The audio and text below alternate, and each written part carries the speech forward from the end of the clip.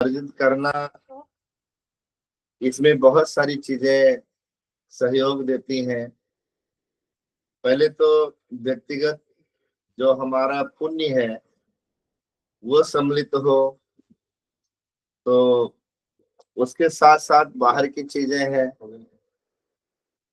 तो पुण्य के प्रताप से सत्संग की अनुभूति होती है और उसी से संत सदगुरु सब उसी पुण्य की धारा में जुड़े होते हैं। भाग्योदयन, भागवत में आया, भाग्योदयन बहु जन्म समर्जितेना सत्संगमम च लभते पुरुषो यदावे। तो कहीं ना कहीं से भाग्य हम लोगों का उत्तम है कि श्री नंगली दरबार का जो सानिध्य हमें मिला हुआ है और इतने कारक कोटि के सदगुरु हमारे शीश पर है, हमारे संरक्षण में है, हमारी दिन रात श्वास श्वास में हमारे ऊपर उनका निरीक्षण चलता है। तो कहीं ना कहीं से हम भाग्यवान हैं और पुण्यवान भी हैं। और सारे संसार में जो जो भी परंपराएं हैं, उन परंपराओं में ये जो हमारी गुरु परंपरा है, ये परमहंस बाबा ने बहुत सारी उदारताएं हमारे साथ जोड़ी हुई हैं। तो तत्परता और समर्पण, ये दो चीजें हमारे जीवन में आवश्यक है। इससे हम किसी के एहसानों को अपने जीवन में कल्याण तक ले जा सकते हैं। आज का जो क्रम रहा, ये ध्यान शिविर है और बहुत सारी चीजें आदरणीय छाबड़ा साहब ने इसमें जोड़ी हुई हैं। तो धन्यवाद देता हूं मैं अपने श्री गुरु मंदिर नंगली दरबार के ट्रस्ट को और श्री नंगली दरबार की सेवा समिति, जिनके अनेकों प्रकार के संकल्प हैं कि ये सेवा प्रकल्प किसी न किसी तरह से जनमानस मेरे गुरु भगवान के सिद्धांतों से जुड़े, मेरे नंगली दरबार की सेवा परंपरा से जुड़े और गुरु दरबार की जो महानताएं हैं, जिसमें अनेकों संत महापुरुषों ने अपने जीवन को अपनी बाल्य अवस्था, किशोर अवस्था, युवा अवस्था, वृद्धा अवस्था, समस्त अवस्थाओं को गुरु चरणों में समर्पण करके कैसे मनुष्य मात्र के लिए, प्राणी मात्र के लिए एक बहुत बड़ा प्रेरणा के साथ सिद्धांत समर्पण किया है समाज को। तो जब तक उस चीज से जुड़ेंगे नहीं, जब तक किसी सिद्धांत से, किसी सब्जेक्ट से, किसी भी प्रकल्प से हम जुड़ते नहीं, तब तक उसके बारे में हमें कुछ पता भी चलता नहीं है। तो गुरु दरबार में आना, अपनी कामनाओं को दुनिया भर का इकट्ठा करके लाना और मत्था टेकना, चले जाना, वो एक अलग प्रक्रिया है। और एक सहजता से कि सदगुरु ने हमारी बाह पकड़ी है। गुरु महाराज की जो उदारता है वो प्रेमी जन प्रत्यक्ष देखते हैं। जो निस्वार्थ प्रेम से, जो निस्वार्थ सेवा करके गुरु महाराज से अपना संबंध उन्होंने स्थापित किया हुआ है, उनका सिद्धांत जो संसार से जुड़े, संसार के वस्तुओं पदार्थों से जिनका ज्यादा जो अनुरक्ति है, उनसे थोड़ी सी भिन्नता है। तो ऐसे जो प्रेमी जन है वो तो ऐसा यहाँ तक कहते हैं कि मेरे ऐबों पर डालकर पर्दा मुझे अच्छों में मिला रखा है, मेरा नाता अपने चरणों से जोड़कर मेरी हर मुसीबत को टाल रखा है, मैं तो कब का मिट गया होता मेरे दाता, बस तेरी रहमतों ने हमको संभाल रखा है। तो इतनी ऊंची भावना से जो गुरु दरबार में आते हैं, उनके आने का सिद्धांत वो सीधे सदगुरुदेव की रूह से है, जिसको हम रूहानियत कहते हैं। और रूह से जब हम निकट आते हैं किसी के, तो हमारी ऊर्जा, हमारी भीतर की अच्छाई और हमारे भीतर का जो बोध है वो उसको सहजता से ही प्राप्त होता है, अनुभव होता है। तो ध्यान का जो नाम दिया गया है, ध्यान शिविर है, और केवल इसमें ध्यान ही नहीं है, समिति ने बहुत सुंदर योगा का जो क्रम है बड़ी सहजता से और बड़ी निपुणता से वो भैया अभी करा रहे थे। पहले भी एक आधे सत्र में मैंने देखा है, तो उनको अच्छा अनुभव है। बस यही है कि समाज उस चीज को एडॉप्ट कैसे, स्वीकार कैसे करता है। तो जिस चीज का महत्व जीवन में आता है हम उसके प्रति तत्पर होते हैं, और जब तत्परता आती है तो स्वाभाविक है कि उस चीज के साथ उसकी बेनिफिट, उसका लाभ हमें प्राप्त होता है। तो ध्यान में, ध्यान से पहले की जो चीजें हैं उसमें सबसे पहली चीज है सत्संग। सत्संग से एक चेतना सी अंदर जागृत होती है। सत्संग से मनुष्यता और मनुष्यता के जो लक्षण हैं वो दिखाई देते हैं। क्यों हम सत्संगियों की बात सुनते हैं, सत्संगियों की महिमा सुनते हैं, सत्संगियों के दृष्टांत सुनते हैं कि जो समर्पण होकर के गुरु महाराज जी के साथ जीवन यापन करता है, और ये उसकी आवाज होती है, तेरा ही दिया मैंने खाया पिया है, मुझे तूने दाता बहुत कुछ दिया है। तो सत्संग से ही बोध होता है। पंजाब के ही एक भक्त हुए हैं प्राचीन काल में, जिनको सदना जिनका नाम आता है। जो कार्य क्षेत्र था उनका वो धर्म के विपरीत जैसा ही था, लेकिन परंपरा थी, घर की परंपरा थी, बुजुर्गों की परंपरा थी। तो उन्हें किसी ना किसी कारण उस परंपरा के साथ अपने कर्म क्षेत्र को जोड़ना पड़ा।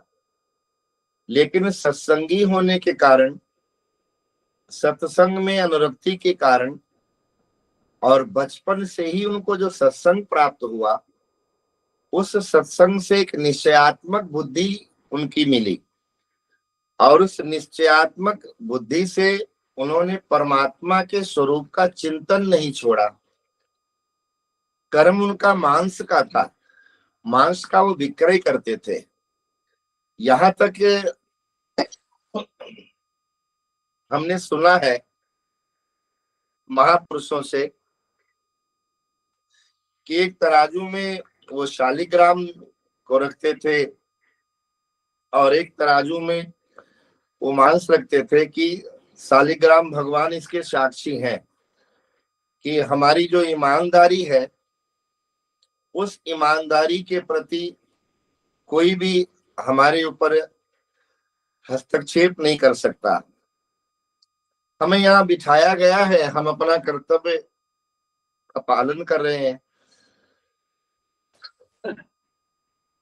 तो एक बार उनके चित्त में, क्योंकि भगवान श्याम सुंदर के उपासक थे, जगन्नाथ भगवान जो नारायण के स्वरूप में अनेकों स्वरूपों में एक विशिष्ट स्वरूप आता है, उस स्वरूप के प्रति उनको बहुत आस्था थी। तो एक बार मन में, जैसे हम लोगों के चित्त में भी आता है, चलो श्रीनंगली साहब चलते हैं, अभी पूर्णिमा है या कोई पर्व है, तो भाव तो आता ही है कि किसी न किसी माध्यम से श्री गुरु महाराज जी के दर्शन, जो सगुण साकार दर्शन श्री गुरु दरबार में है, उसके सन्मुख हमें पहुंचने का अवसर प्राप्त हो। तो उनके चित्त में भी आया, लेकिन अब कहाँ पंजाब है, कहाँ जगन्नाथपुरी है, पैदल यात्रा थी, भजनानंदी थे, और एक साधक होने के कारण संयम का उनके ऊपर एक प्रगाढ़ प्रभाव था, जो बाह्य शरीर पर भी दिखाई देता था और भीतर से उनके निष्ठा और भरोसे को भी दिखाता था वो। तो बहुत ही आकर्षणीय उनका विग्रह था। तो कहीं रात्रि में उनको किसी गांव में विश्राम की आवश्यकता, भोजन की आवश्यकता पड़ी, तो वहां पर वो रोके गए, किसी व्यक्ति के घर पे वो रोके गए, पति पत्नी घर में थे। तो सदना जी ने भोजन प्रसाद किया, तो घर की जो गृहिणी थी उसने कहा आप यहीं पर विश्राम कर ले और सुबह आप अपनी यात्रा को प्रारंभ करिएगा। तो विश्राम तो करना ही था, तो वहां पर वो उसके घर में जब सदना ने विश्राम किया तो उस महिला का जो भाव था वो कुभाव में बदल गया। और ये कारण, यही कारण है कि सत्संग से हमारी जो दूरी होती है, सत्संग से भिन्न रहकर जो हम अपने आप को समझते कि हमने बहुत बड़ा काम किया, हमने ये दान किया, हमने योगदान किया, हमने ऐसा किया, उसमें कहीं ना कहीं से चित्त को भ्रमित होने की और भटकने की आशंका बनी रहती है। एक गुरु घर की सेवा, एक सदगुरु के वचनों में आकर के जो सेवा की जाती है, वहां भ्रमित होने की किंचित मात्र भी गुंजाइश नहीं होती है, क्योंकि वो संभालते हैं हमें जिनकी हम सेवा में है। तो जब उसका भाव कुभाव में बदला तो उसने उसके शरीर के, सदना के शरीर के प्रति इच्छा प्रकट की। लेकिन वो तो सदना है, वो तो मुस्कुराते रहे और कहते वाह प्रभु, आपकी कैसी कैसी कृपा है, कैसी करुणा है। तो उनकी सहजता का वो लाभ उठाती रही, लेकिन वो पथभ्रष्ट नहीं हुए, अपने सिद्धांत से वो जरा से भी अडिग नहीं हुए, जरा सा वो गिरे नहीं, वंचित नहीं हुए। तो उन्होंने इतना एक शब्द कहा कि देवी आपके पति आपके साथ है, आप ऐसी बातें कर रहे हैं एक साधु के साथ, एक साधक के साथ। तो उस महिला ने समझा कि शायद इनका संकेत है कि पति आपके देख रहे होंगे या उन्हें पता चला तो कोई विवाद खड़ा हो जाएगा। तो कामांध होकर के यहाँ पर पता चलता है कि काम के वशीभूत होकर मनुष्य कितना बड़ा अनर्थ कर सकता है। वहां पर कोई संबंध नहीं है, वहां पुत्र का, पिता का, पति का, भाई का, गुरु का भी कोई संबंध नहीं होता जब मनुष्य के ऊपर काम का आक्रमण होता है। तो उसने सोते हुए पति का वध कर दिया, उसकी गर्दन कट गई और मृत्यु हो गई। और तब सदना जी को उसने दोबारा से प्रभावित करने के लिए और उसने कहा अब हमारे रास्ते का जो बाधा था वो भी निकल गया और अब हमारे अनुकूल आप बनिए। तो सदना ने कहा कि हमारा तो ऐसा संकल्प ही नहीं है जीवन का, हम तो एक भगवान श्याम सुंदर के चरणों के उपासक हैं और उस उपासना से अतिरिक्त और कोई कर्तव्य हमारे लिए योग्य नहीं है। जब उस महिला ने देखा कि इनके ऊपर हमारे रूप का, हमारी वाणी का, हमारी अश्लीलता का कोई प्रभाव नहीं पड़ रहा है, तो उसने कहा आप देख लो, यदि हमारी बात को नहीं मानते तो ये पति जो मृतक मरा हुआ पति है, इसका इल्जाम तुम्हारे ऊपर आएगा। सदना ने कहा प्रभु की कृपा है, प्रभु की करुणा है, वो सारा जो घटनाक्रम का जो भी माध्यम है, जो प्रेरणा, वो सब भगवान को ही देते जा रहे हैं। और उसने जब पत्नी ने देखा उसके सेठ के कि ये तो किसी तरह से भी प्रभावित नहीं हो रहे हैं, तो इससे पहले कि वो वहां से प्रस्थान करते, उसने गांव में सबको बोल दिया कि ये व्यक्ति रात को यहाँ आया और हमने भोजन कराया और विश्राम भी यहीं किया, लेकिन इसकी हिम्मत देखो, इसका साहस देखो कि हमारे पति की इसने हत्या कर दी। तो अब कोई संसार तो भीतर से देख नहीं सकता, पंचायत बैठी और सब ने कहा भाई ये तो बहुत ही अमर्यादित कार्य है, और साधु होकर के, साधक होकर के ऐसा कार्य इसने किया है, तो एक साधक होने के नाते, साधु होने के नाते इसको मृत्युदंड तो नहीं देना है, लेकिन इसकी दोनों भुजाएं काट दी जाए। ये निर्णय हुआ, दोनों हाथ उसके जो है काट दिए गए। फिर भी सदन में मुस्कुराते रहे और उन्होंने एक शब्द भी किसी के प्रति नहीं कहा, कोई अपशब्द भी नहीं बोला। और वहां से जब वो चले गए, संजोग बस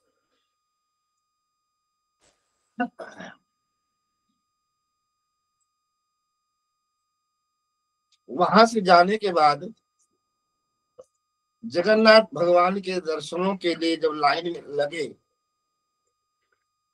तो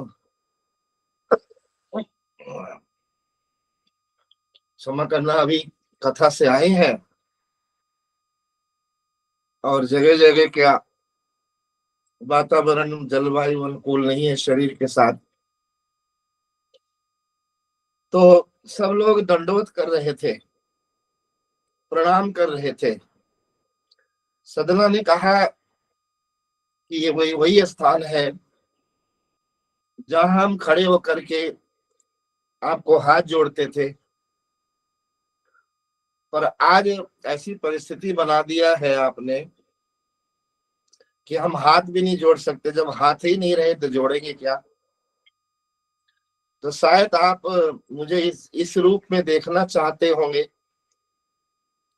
तभी हमारे हाथों को कटवा दिया। और एक विनम्रता सी आई मन में, पीड़ा सी आई मन में कि आपको नमस्कार और प्रणाम करने का जो एक बच्चे के अंदर भी ये भाव आता है कि मैं हाथ जोड़ूं, पर हमारी परिस्थिति ऐसी बनाई है। तो जगन्नाथ भगवान को करुणा आई और उसी समय जब उनके मन में आ रहा था मैं हाथ जोड़ूं, तो दोनों हाथ पुनः जैसे थे वैसे हो गए। अब ये कोई मनगढ़ंत कथा नहीं है, ये बहुत बड़े बड़े महापुरुषों के वाणी के द्वारा ये प्रकट हुआ भाव है। सबने देखा कि ये सदना जब अंदर मंदिर में प्रवेश कर रहा था, इसके दोनों हाथ कटे हुए थे, और जगन्नाथ भगवान के समीप जैसे ही आया और दर्शन करके, प्रदक्षिणा करके, इसके हाथ में प्रसाद है। तो ये कैसा चमत्कार है! तो सभी लोग सदना का नमन करने लगे, प्रणाम करने लगे। सदना जी ने कहा कि ये मुझे प्रणाम क्यों करते हैं, मेरा तो कटा हुआ हाथ लगाया है, जिसने लगाया है उन्हें प्रणाम करना है। ये तो जगन्नाथ भगवान की अनुकंपा है, उनकी करुणा है कि वो कभी मुझे कटे हुए हाथ में देखना चाहते हैं, कभी बंधे हुए हाथ में देखना चाहते हैं, क्योंकि ये शरीर भगवान का दिया हुआ है। इसलिए महापुरुषों ने कहा है कि शरीर से परमार्थ की सुविधा कुछ ना कुछ बननी चाहिए, पर उपकार वचन मन काया, वाणी भी है और मन भी है और शरीर भी है। तो ये परमार्थ से जुड़े, निस्वार्थ से जुड़े, उसमें केवल पहला रास्ता सत्संग का है। जब बहुकाल करे सत्संगा, तब हुई है सब संशय भंगा। सेवक को सेवा बनी आई। अब ये वाणी की सेवा है, गुरु महाराज के प्रति मेरा भाव है, और गुरु दरबार के प्रति जो लोगों की सेवा की भावनाएं जुड़ी हुई हैं, जो कार्य हम नहीं कर सकते वो कार्य हमारे भाई लोग कर रहे हैं, नंगली दरबार का ट्रस्ट कर रहा है। तो वही भाव आपके प्रति है कि आप समर्पण होकर के, आप अपने परिवार से, अपने व्यवहार से, अपनी जगत के प्रपंच से समय निकालकर हमारे सदगुरु भगवान के लिए ये जो समय का योगदान है, ये जो आपकी प्लानिंग है, ये आपका जो निर्णय है, ये जो निर्देशन है कि इतने सारे लोगों को सत्संग मिल रहा है और श्री नंगली दरबार का पावन संदेश मिल रहा है, तो ये परोपकार में है, पर उपकार। तो ये साधु जैसा कार्य आप लोग कर रहे हैं। तो सबसे पहले, ध्यान से पहले मैंने बताया सत्संग है, और सत्संग के बाद में सेवा है। सेवा के बाद में हम साधना में और उस क्लास में बैठने के योग्य बनते हैं, क्योंकि सेवा करत होत निष्कामी। जब तक संसार में कुछ कुछ मेरा है, कुछ कुछ मेरा है। हमारे परम गुरुदेव भगवान कहते थे कि यदि साधक को ये लगे कि ये शरीर मेरा है, तो भी वो ध्यान में बाधा है। ध्यान तो एक शून्य की स्थिति है, ध्यान तो समाधि के निकट बैठने की स्थिति है। तो हम साधक हैं, हम ध्यान और धारणा के को अपनाने की कोशिश करते हैं। इसलिए हमारे अंदर निष्कामता की आवश्यकता है। और जब तक जो चीज हमारे चित्त से जुड़ी होती है, मन हमारे बिना परमिशन के वहां जाता है। तो जब हमारा शरीर भी हमारा नहीं है, तो फिर मन स्वाभाविक वहां जाएगा जो चीज हमारा है। और हमारा क्या है? वो केवल हमारे गुरु महाराज का स्वरूप है, जो हमें बचाते हैं, जो हमें संभालते हैं। तो इसलिए पहले सत्संग की आवश्यकता है, जो आप सब लोगों को बड़ी सहजता से मिलता है। बस उस पर थोड़ा ध्यान देने की आवश्यकता है कि हमारे नंगली दरबार का सत्संग केवल रीति रिवाज न बना रहे। एक सत्संग होता है गृहस्थ के घर में, कोई प्रसंग है, सुख है तो वहां बधाई गाई जाती है, नाचते कूदते हैं लोग। और कोई गम है, दुख है, तो गमगीन भजन गाए जाते हैं। लेकिन प्रश्न यह है कि उस सत्संग का प्रभाव कितना है। तो सत्संग कराने वाले पर भी डिपेंड करता है, और सत्संग करने वाले पर भी ये डिपेंड करता है कि आपने किस भाव से वो प्रसाद दिया है। जो प्रसाद उसके चित्त तक पहुंचे, उसकी मना स्थिति तक पहुंचे, तो उस प्रसाद से परमार्थ का रास्ता प्रशस्त होता है। तो मैं समझता हूं कि आज के सत्संग में जो इस हरिद्वार की भूमि से या परम वाटिका आश्रम से ये शब्द जो भी समय अर्जित कर पाए हैं, हम जो शब्द आपको प्रदान कर रहे हैं, उसमें इस ध्यान की लड़ी में आने से पहले हमें सत्संग की लड़ी में जाना है। हम एक बार रामेश्वरम में गए, तो रामेश्वरम में दर्शन करने से पहले वहां लोगों ने कहा यहाँ 14 जगह पर स्नान करना पड़ेगा आपको। 14 कुएं हैं, वहां स्नान करने के बाद फिर आप मंदिर में दर्शन करने आइए। फिर आपको सुबह ब्रह्म मुहूर्त की विशेष आरती में आपको बिठाया जाएगा। तो हम उन जगह पर स्नान करने गए। तो ऐसे ध्यान की स्थिति को परिपक्व करने के लिए पहला कुआं है सत्संग का। जब सत्संग में स्नान हो जाएगा, उसके पश्चात सेवा को हम अपना कर्तव्य समझेंगे। अभी तो एक रिवाज समझते हैं कि 2 थाली हमने धो दिया महात्माओं की, इससे पुण्य मिल जाएगा, और इससे जब पुण्य मिल जाएगा तो हमारे घर का कोई बिगड़ा काम बन जाएगा। झाड़ू लगाते हैं या कुछ अर्थ की सेवा करते हैं, वहां हलवा बनवा देते हैं, कोई घी का डब्बा जोत में प्रयोग हो जाए, वगैरह वगैरह। सेवा के बहुत अंग होते हैं, लेकिन कहीं ना कहीं से उसकी बेनिफिट हम लेने को तैयार बैठे हैं। ऐसा हो जाए, ऐसा हो जाए, ऐसा हो जाए। उससे ऊपर आने का जो भाव है, जो स्थिति है, वो वहां से एक प्रेम की शुरुआत होती है। और एक स्वाभाविक है संसार में कि जहां हमारा प्रेम होता है वहां हम कुछ भी देते हैं उसका कोई हिसाब नहीं रखते। बच्चे को कितनी बार आपने पॉकेट मनी दिया, कोई लिख के नहीं रखता है, क्योंकि बच्चा हमारा है और बच्चे की जो कीमत है उस पैसे से ज्यादा हमारी जिंदगी में है, इसलिए हम पैसे का महत्व नहीं देते।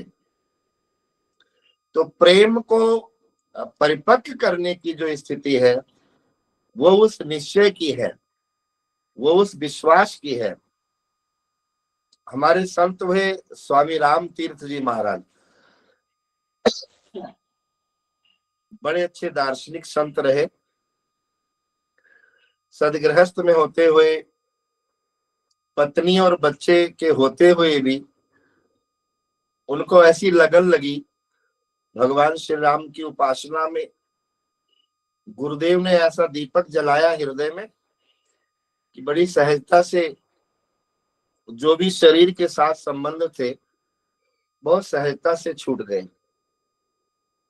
और जब परिवार ने कहा कि हमारा इसमें दोष क्या है, पहले आपने हमें बसाया और अब आप छोड़ रहे हो, तो स्वामी जी ने कहा हम छोड़ कहाँ रहे हैं, जहां हम चल रहे तुम भी वहीं चलो।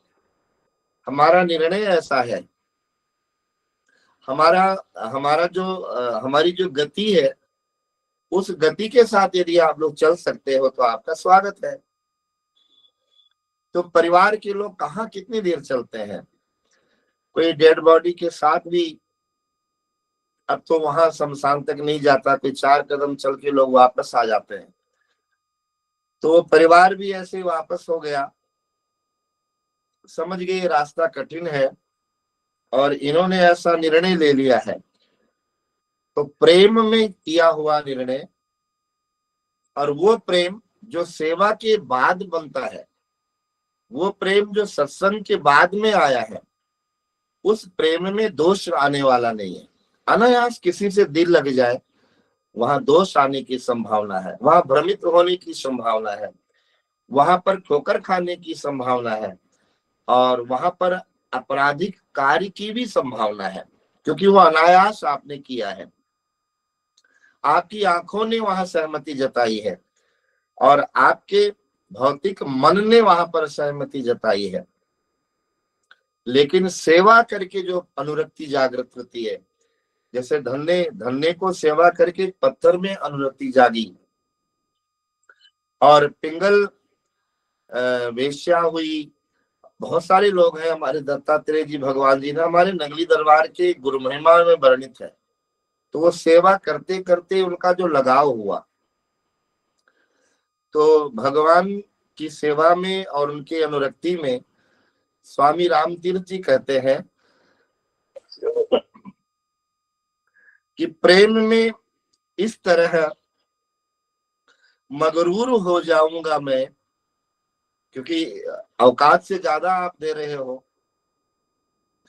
प्रेम में इस तरह मगरूर हो जाऊंगा मैं, राम तुम होगे समा काफूर हो जाऊंगा मैं तुम्हें चाहूं तो चाहूं तुम मुझे मत चाहना, तुमने गर चाहा मुझे मशहूर हो जाऊंगा मैं। गर मैंने मांगा भूले से भी, गर मैंने मांगा भूले से भी कभी, तो कुछ न देना तुम मुझे। कितनी बड़ी बात है, गर मैंने मांगा भूले से कुछ भी, तुम ना देना कुछ मुझे, वरना फिर प्रेमी नहीं मजदूर हो जाऊंगा मैं। अब यहां से ध्यान का क्रम बनता है। हम निष्काम हो रहे हैं, हमें संसार के पदार्थों की समझ आ गई है। हमारी भौतिक जगत में जो दृष्टि परिपक्व थी, रती हुई थी, अब वहां से उठ करके इष्ट में आई है, उस स्वरूप में आई है जिसको हम आरती में बोलते नमो सद्गुरुम सच्चिदानंद रूपम। वो सच्चित आनंद सद्गुरु के स्वरूप को हम में अपनापन जागृत हो रहा है। अब भौतिक जगत से चित्त हमारा उठने का साहस कर रहा है। अब ध्यान में आइए। अब ध्यान में जब बैठेंगे तो ध्यान में वो आएंगे जिनके आगे आपने उस परमात्मा की दी हुई वस्तु भी ठुकरा दिया है। जो लैला मजनू के किस्से हैं, ये सब इसी ध्यान को ही पुष्ट करते हैं। तो हमारे गुरु दरबार में ये बहुत अच्छाई है कि ध्यान से हमें जोड़ा जा रहा है। बस सावधानी यही है कि इस स्थिति तक, इस मुकाम तक आने तक हमें बहुत सारी चीजों का सहयोग लेना है। और वो अहोभाग्य है हमारा कि हमारे गुरु दरबार में वो सहजता है, हमारे गुरु दरबार में वो सुगमता है, हमारे गुरु महाराज के पास वो सारी सुविधाएं हैं। और उन्हीं सुविधाओं का अनुसरण करते करते हम ध्यान में आए तो ध्यान में प्रोग्रेस होगी, प्रगति होगी। इसलिए कहा सहज समाधि, सहज समाधि अनाहद धुनि जप अजपा बतलाए, प्राणायाम की लहरें दासों के मन भाए, ओम जय श्री जगतारम। चौपाइयों पर कभी ध्यान देना चाहिए। एक वेदों का सार हमारे गुरुदेव भगवान की आराधना में भक्त साहिब चंद ने डाला हुआ है। सहजता क्या है? कमीज पहनना एक सहजता है, सिर में तेल लगाना एक सहजता है, कमरे से बाहर निकल रहे कंघी करना एक सहजता है, जुराब डालना, शूज पहनना, एक सब सहजता है। आज तक किसी ने कंप्लेन नहीं किया कि मैं अपने कुर्ते में बटन लगाते लगाते थक गया हूं। आज तक किसी ने नहीं किया। सुधा का प्रभाव है, भूख लगी है, प्यास लगी है, आप गिलास को उठाते हैं और पानी पीते, ये सहजता है। कभी कंप्लेन नहीं किया कि मैं कितनी बार गिलास उठा चुका हूं, मेरे हाथ थक गए हैं। मंदिर जाने में कंप्लेंट है, सेवा करने का कंप्लेंट है, यात्रा की कंप्लेंट हो सकती है, किसी के दो बात सुनने में और बर्दाश्त करने में कंप्लेंट हो सकती है, लेकिन जो शरीर की क्रियाएं हैं ये सहजता है। तो साहिब चंद जी कहते हैं कि वही सहजता हमें हमारे गुरु महाराज ने प्रदान किया हुआ है अनहद तक। तो भगवान करें कि हम सब लोगों की अनुरक्ति इस साधना से जुड़ी रहे जो बड़े बड़े महापुरुषों ने अपनाया है।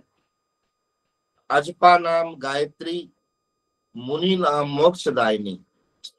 आज भी हमें महापुरुषों से उसी शब्द का मार्ग मिलता है, वही शब्द हमारे आत्म कल्याण के लिए एक माध्यम बनता है। तो हमारा हृदय में उस शब्द के प्रति और उस शब्द को प्रदान करने वाले सत्पुरुष के प्रति, और जो हमारी परंपरा है, ये परंपरा हमारी धरोहर है। ये धरोहर पुस्तों से चली आई है और उस धरोहर के प्रति जागरूक रहना ये हमारे परमहंस बाबा के चरणों में प्रणाम करने के योग्य होगा। तो आज के सत्संग शिविर में मेरी तरफ से यही शब्दों का योगदान है और यही प्रसाद है। हमारे सदगुरुदेव भगवान नंगली निवासी भगवान के जो दर्शन होते हैं, श्री विग्रह के आगे एक बॉक्स में खड़ाऊ रखा हुआ है, चरण पादुका। तो हम जब भी जाते हैं उस खड़ाऊ के नीचे कोई ना कोई फूल की पत्तियां पड़ी होती है, उस पत्ती को उठा के मस्तक पे लगा के अपनी पॉकेट में डालते हैं। हम वो दुर्लभ प्रसाद समझते हैं। तो उसी खड़ाऊ के नीचे उस पत्ती को भी मैं अपनी वाणी से श्रेष्ठ मानता हूँ कि गुरुदेव के चरणों तक पहुंची हो, कितना पुण्य किया होगा। ऐसे यदि हमारी वाणी मेरे गुरु महाराज के प्रेमियों तक पहुंचती है तो मेरा अहोभाग्य है कि हमारे वचन कोई ना कोई शब्द ऐसे हो जिसमें श्री गुरु महाराज की महिमा सम्मिलित है, उनकी गरिमा और उनकी ऊंचाई जो साधना की है वो आप जैसे साधकों के लिए, सत्संगियों के लिए थोड़ी प्रेरणा देने के योग्य हो। तो मैं अपने आप को भाग्यशाली समझता हूँ कि समिति के द्वारा आज के सत्संग का ये अवसर दिया गया। व्यस्त जीवन है, ऑफर कई बार आती है, कई बार ये ऐसा बनता है संजोग, लेकिन मैं उसको नहीं अपना पाता क्योंकि कथाओं में और कार्यों में व्यस्तता रहती है। तो मेरे अंदर प्रसन्नता है आपके प्रति कि आपका प्रयास, आपका संघर्ष और आपकी जो जागरूकता है श्री गुरु दरबार के प्रति, गुरु महाराज के प्रति, इसमें और ज्यादा उन्नति हो। और एक बहुत सुंदर सा सुखद सा समाचार कल रमन भाई ने दिया कि पीछे जो श्री स्वरूप दर्शन पर जो आयोजन हुआ, समारोह हुआ, वो भी एक अद्भुत था। इतने संत, इतने बाई जी लोग, इतना समाज केवल एक सिद्धांत के लिए आया हुआ है, केवल एक दरबार के लिए आया हुआ है, केवल एक शब्द के लिए आया हुआ है, केवल एक सदगुरु के लिए आया हुआ है। बहुत बड़ी बात है। हम भिन्नता के साथ साथ एकता से जुड़ करके इतने बड़े समारोह को हमने सफल किया। तो उसका डी लाइव भी मेरे ख्याल से वो इस इतवार से प्रारंभ हो रहा है। तो आप लोग इस चैनल पे दर्शन करेंगे और पुरानी यादें आएंगी। आपकी आंखों के सामने जो जो संत महात्मा आए होंगे वो पुनः से आपकी स्मृति में आएंगे। गुरु महाराज की महिमा के अनुकूल जो शब्द वहां पर प्रकट किए गए थे, उन शब्दों की स्मृति आएगी। कहीं ना कहीं से हम गुरु महाराज की यादों के निकट बैठेंगे। तो अवश्य दर्शन करिएगा।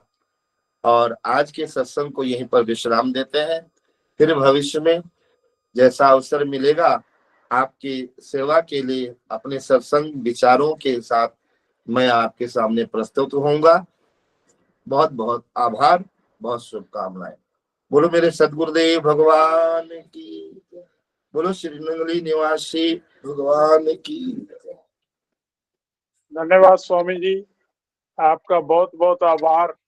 आपने अपने अपने व्यस्त कार्यक्रम से समय निकालकर संगत के कल्याण के लिए अपने अमृत उपदेशों से हमें कृतार्थ किया। और जो आपने सुंदर संदेश दिया सत्संग के द्वारा, उसके लिए हम आपके सदा आभारी रहेंगे।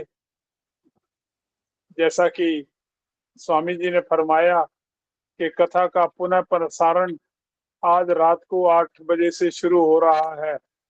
प्रतिदिन की कथा 8 बजे शुरू हुआ करेगी और 1 सप्ताह तक चलेगी। आइए कार्यक्रम को समापन की ओर ले जाते हुए मैं सभी संत महापुरुषों का, सेवादारों का और संगत का कोटि कोटि आभार व्यक्त करता हूं और निवेदन करता हूं कि जब कभी भी ऐसे अवसर होंगे आपका सहयोग हमें मिलता रहेगा। बोलो जयकारा बोल मेरे श्री गुरु महाराज की जय। बोलो सच्चे दरबार की जय। बोलो श्री